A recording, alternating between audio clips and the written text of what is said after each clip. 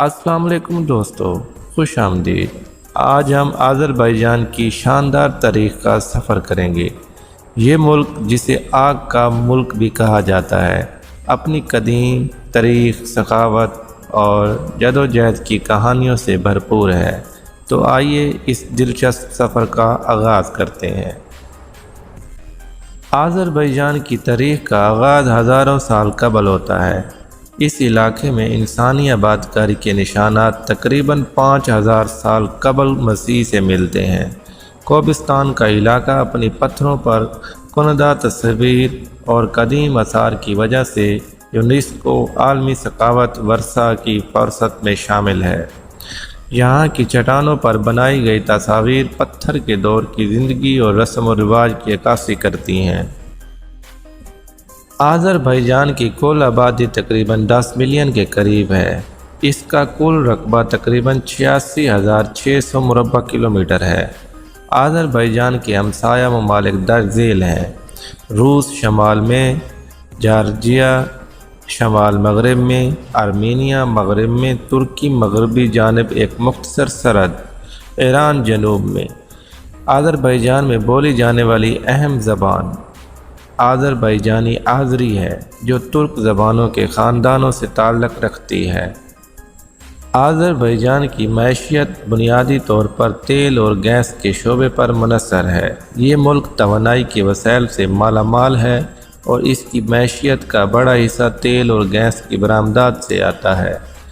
اس کے علاوہ آذربائیجان زرعی پیداوار، سیاحت اور تعمیراتی شعبے میں بھی سرگرم ہے۔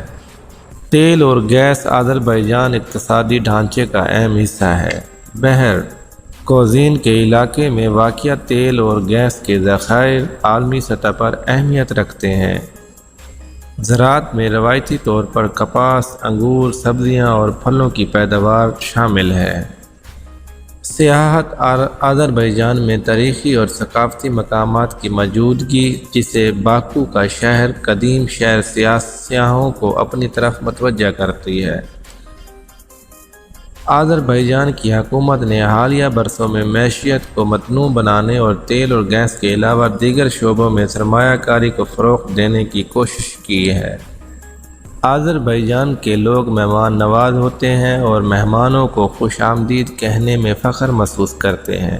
گھر کے مہمان کو خصوصی توجہ دی جاتی ہے۔ روایتی لباس: مرد عام طور پر چکھا، ایک لمبی قمیض اور پخاخ ٹوپی پہنتے ہیں، جبکہ خواتین کاراکول، ایک خاص قسم کا دوپٹہ اور قومی لباس پہنتی ہیں۔ کھانے پینے کی عادات: آذربائیجانی کھانا مختلف اور لذیذ ہوتا ہے، جسے پلاؤ، دلہمہ اور لہمہ، اور جو زیادہ مشہور ہے، چائے پینا بھی یہاں کی اہم روایات ہیں۔ آذربائیجان میں خاندان کی اہمیت بہت زیادہ ہے۔ مشترکہ خاندان کا نظام ابھی بھی کئی حصوں میں موجود ہے۔ شہر اور دیہات: شہری علاقوں میں جدید طرز زندگی زیادہ نمایاں ہے، جبکہ دیہاتی علاقوں میں روایتی طرز زندگی برقرار ہے۔ تعلیم کو بہت اہمیت دی جاتی ہے اور بچوں کی تعلیم پر خصوصی توجہ دی جاتی ہے۔ بہار کا تہوار نوروزہ یہاں بہت جوش و خروش سے منایا جاتا ہے۔ یہ ایرانی کیلنڈر کے مطابق نئے سال کی آمد کی علامت ہے۔